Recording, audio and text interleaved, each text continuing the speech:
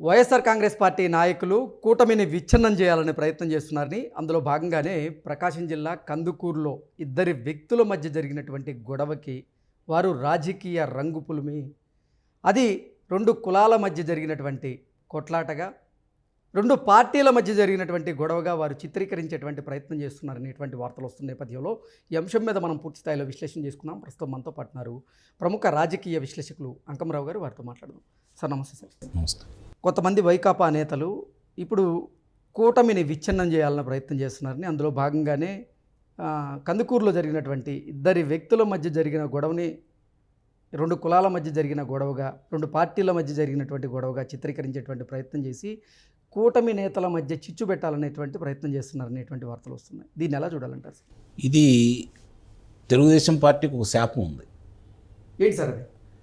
Telugu Desam party అధికారంలో ఉన్నప్పుడు మాత్రమే కులాల గురించి ప్రస్తావన గుర్తుకొస్తాయి, ఓకే, మతాల గురించి ప్రస్తావన గుర్తుకొస్తాయి. అలాగే హైదరాబాద్ నగరంలో నరమేధం జరిగినా కూడా ప్రజలకు గుర్తుండదు, సంఘాలకు గుర్తుండదు, ఆ చనిపోయిన వ్యక్తుల బంధువులకి గుర్తుండదు. ఒక తెలుగుదేశం పార్టీ అధికారంలోకి వచ్చినప్పుడు మాత్రమే గుర్తొస్తూ ఉంటాయి. ఇప్పుడు కాంగ్రెస్ పార్టీలో అయినా తెలుగుదేశం పార్టీలోనైనా సరే దీన్ని చలిమంట వేసుకొని చలి కాసుకునే కార్యక్రమంలో ఎక్కువ మంది ఉంటారు. తెలుగుదేశం పార్టీ అధికారంలో ఉండగా జరిగే కార్యక్రమాలు అన్నమాట ఇవి. ఈరోజు అక్కడికి వచ్చి కాపు నాయకులు మాట్లాడే దాంట్లో వాళ్ళ మనిషి చనిపోతే వాళ్ళ బాధను వ్యక్తం చేయటంలో తప్పు లేదు. అలాగే వాళ్ళకి ఆర్థిక సహాయం చేయటంలో కూడా నేను తప్పట్టను. దాన్ని ఇద్దరు వ్యక్తుల మధ్య, మీరన్నట్టు ఇద్దరు వ్యక్తుల మధ్య ఆర్థిక లావాదేవీలు కావచ్చు, లేకపోతే వేరే వాళ్ళ దగ్గర ఏదన్నా కార్యక్రమాలు ఉంటే ఉండొచ్చు. దానివల్ల వచ్చిన విభేదాలకి కమ్మకి కాపుకి సంబంధం ఏంటి? చనిపోయిన వ్యక్తి లక్ష్మీనాయుడు కాపు అయితే అవ్వచ్చు, చంపిన వ్యక్తి కమ్మ అయితే అవ్వచ్చు. అయితే కమ్మ కులం మొత్తం కలిసి చంపేసిందా, లేకపోతే కాపు కులం మొత్తం కలిసి అతను గండగా ఉందా ఈరోజు? ఇవన్నీ రాజకీయాలకు ఉపయోగించుకోవడానికి రాజకీయ నేత ముసుగులో తెలుగుదేశం పార్టీ, చంద్రబాబు నాయుడు గారు అధికారంలో ఉండకూడదనే ఒకే ఒక్క లక్ష్యంతో పనిచేసే కొంతమంది వ్యక్తులు ప్రేలాపనగా అయితే నేను భావిస్తాను. నిస్సందేహంగా చెబుతున్నాను, ఇది ప్రేలాపన. కారణం ఏంటంటే దీన్ని ఆజ్యం పోసి రావణ కష్టంలో తయారు చేయాలని వాళ్ళు ప్రయత్నం చేస్తూ ఉంటే, ఈ విషయంలో తెలుగుదేశం పార్టీ వాళ్ళ సోషల్ మీడియా వాళ్ళు, జనసేన పార్టీ సోషల్ మీడియా వాళ్ళు చూపినటువంటి సమన్వయానికి నేను నిస్సందేహంగా వాళ్ళకి అభినందనలు తెలియజేస్తున్నాను. నిస్సందేహంగా.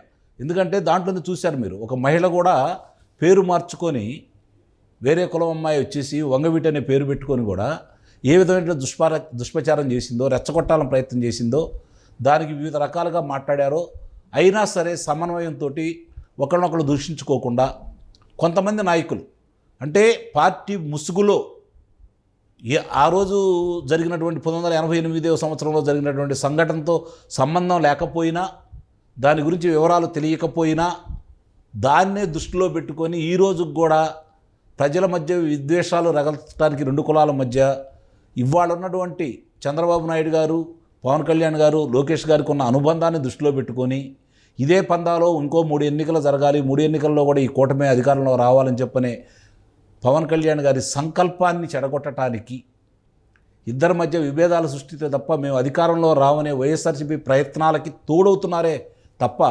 నిజంగా వాళ్ళకి, ఆ బాధితుడికి న్యాయం చేయాలి అంటే ఇది కాదు కదా మార్గం. ఇది కాదు కదా మార్గం.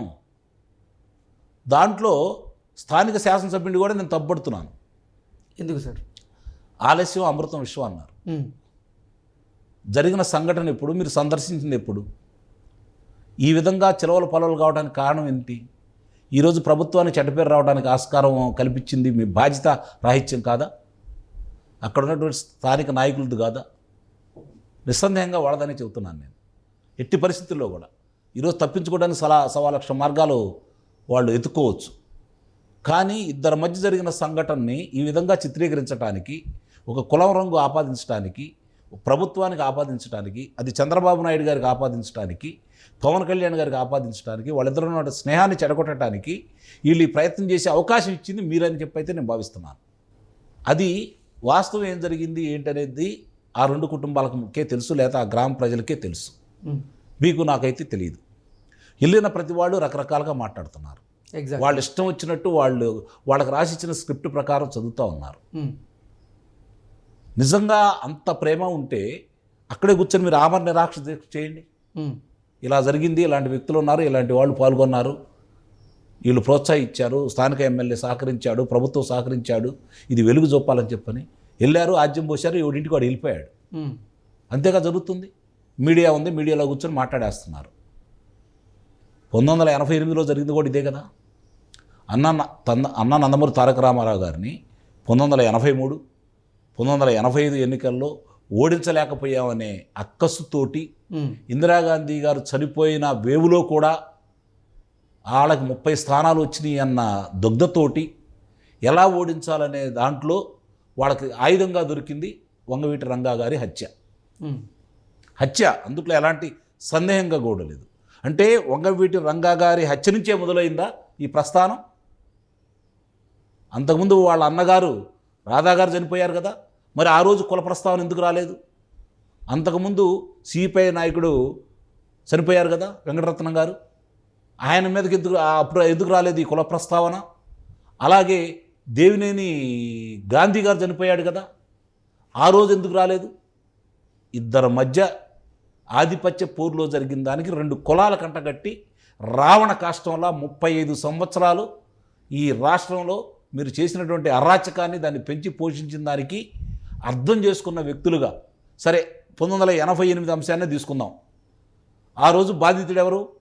రాధాగారు, ఇప్పుడున్నటువంటి రాధాగారు, వంగవీటి రాధాగారు, వంగవీటి మోహన్ రంగా గారి కుమారుడు, వాళ్ళ సతీమణి రత్నకుమారి గారు, వాళ్ళిద్దరూ ఏ పార్టీలో ఉన్నారు? ఆ రోజు ఆపాదించబడినటువంటి దేవినేని నెహ్రూ కుమారుడు అవినాష్ ఏ పార్టీలో ఉన్నాడు? ఆ తర్వాత ఏ పార్టీ మారాడు? ఇప్పుడు ఏ పార్టీలో ఉన్నాడు? అంటే వాళ్ళ అడ్జెస్టెన్సీ కోసం వాళ్ళు మారారు. వాళ్ళకి అర్థమైపోయింది. ఇంకా ఈ కులాల కుంపటి పెట్టుకొని మీరు మాట్లాడితే ఏంటంటే దాని అర్థం ఏంటి? అంటే మీరు రాజకీయ లబ్ధి కోసం ఆంధ్ర రాష్ట్ర ప్రజలు ప్రశాంతంగా ఉండకూడదనే తలంపుతోటి మీరు చేస్తున్నటువంటి కార్యక్రమాలు కాదా ఇవి? మరి దీన్ని ఏ విధంగా చూడాలి మనం? అంటే అవసరాల కోసం మాత్రమే ఉపయోగిస్తున్నారు. మిగిలిన వాళ్ళు ఇప్పుడు మన అనంతబాబు దళిత డ్రైవర్ సుబ్రహ్మణ్యాన్ని చంపేశాడు. ఆ రోజు కాపు కులస్తులు అందరూ కలిసి అతను చంపారని చెప్పని వీళ్ళు ఏమన్నా తిరగబడ్డారా? ఎవరన్నా మాట్లాడారా? ఈరోజు మాట్లాడేవాళ్ళు ఎవరన్నా మాట్లాడారా? అంటే ఇట్లాంటి ఎన్ని జరుగుతూ ఉన్నాయి ఇక్కడ రాష్ట్రంలో. దాదాపు నాకు తెలిసి వారానికి ఒక హత్య జరుగుతూ ఉంది, ఎక్కడో సట వారానికి ఒక హత్య జరుగుతూ ఉంది. విభేదాలతోటి, ఆస్తు తగాదాలతోటి, అక్రమ సంబంధాలతోటి జరుగుతూనే ఉంటుంది. ఈరోజు దౌర్భాగ్యం ఏందంటే పార్టీలు కూడా దొరికినంతా సభ్యత్వం తీసుకుంటున్నారు. సభ్యత్వాలు పెరిగితే చాలు అనుకుంటున్నారు. దానివల్ల ఏమవుతుంది? వాడు పలానా దాంట్లో సభ్యుడు కాబట్టి పార్టీకి అంటగట్టండి, లేదంటే పలాని కులం వాడు కులానికి అంటగట్టండి, కావాల్సిన ఏ లబ్ధి చేకూర్చుకోవడానికి మాట్లాడుకుంటూ ఉన్నారు ఈరోజు. వాస్తవంగా అంటే ఇద్దరి మధ్య జరిగినటువంటి ఒక గొడవని అసలు కులాల మధ్య జరిగినటువంటి కుంపటగా, అలాగే అసలు రాజకీయ రంగు పులుముకునేలాగా దాన్ని ప్రయత్నం చేస్తున్నారు కొంతమంది.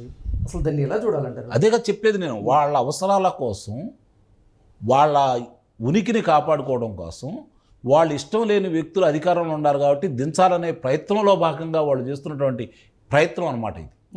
అంతకుముందు పార్టీలు ఉన్నాయి, కాంగ్రెస్ పార్టీ ఉంది, తెలుగుదేశం పార్టీ ఉంది, తర్వాత ఇప్పుడు అంతకుముందు దాంట్లో కూడా తన ముఖ్యమంత్రి పదవి కోసం రాజశేఖర్ రెడ్డి అనే వ్యక్తి చేసినటువంటి విష బీజాలు ఈరోజు వృక్షాలైపోయి జనాల మదిలో ఉంటే దాన్ని 2019 తర్వాత కోకటవేళ్లతో సహా పిగిలించి పక్కన పడేశారు. కాబట్టి అవి సద్దుమణుగుతున్న దాన్ని మళ్ళీ తిరిగి లేపి బయటికి తీసుకురాలనే ప్రయత్నంలో భాగంగా జరుగుతున్నటువంటి కుట్రలు కుతంత్రాలను అయితే నేను గట్టిగా చెప్పగలను. తన ముఖ్యమంత్రి వేరే నాకు ఇష్టం లేని వ్యక్తిని ముఖ్యమంత్రిగా చేశారన్న ఉద్దేశంతో హైదరాబాద్ నడిబొడ్డులో నర్రమేధం సృష్టించిన వ్యక్తి ఫలానా వ్యక్తి అని చెప్పని ఆ పార్టీ ముఖ్యమంత్రి ఆ రోజు ఆపాదించిన సందర్భాన్ని ఇక్కడ మర్చిపోవద్దు.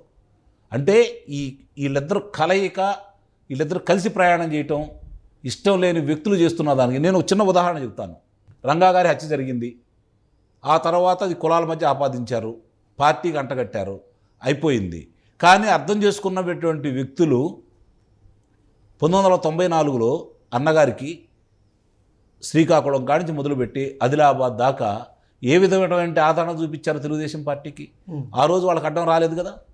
వాళ్ళకి అర్థమైపోయింది ఆ రోజుకే రాజకీయ పార్టీలు చేసినటువంటి కుంపటేంటో వాళ్ళకి అర్థమైపోయింది. ముఖ్యంగా ఆ సామాజిక వర్గం అధికంగా ఉన్నటువంటి ఉభయ గోదావరి జిల్లాలు కావచ్చు, కృష్ణా జిల్లా కావచ్చు, గుంటూరు జిల్లా కావచ్చు, లేదంటే రాయలసీమలో ఉన్నటువంటి చిత్తూరు జిల్లా కావచ్చు, కడప జిల్లాలో కొంత ప్రాంతం కావచ్చు. మరి అంత తెలుగుదేశం పార్టీకి ఆదరణ ఎందుకు వచ్చింది? ఇది వాళ్ళ మధ్య లేదు.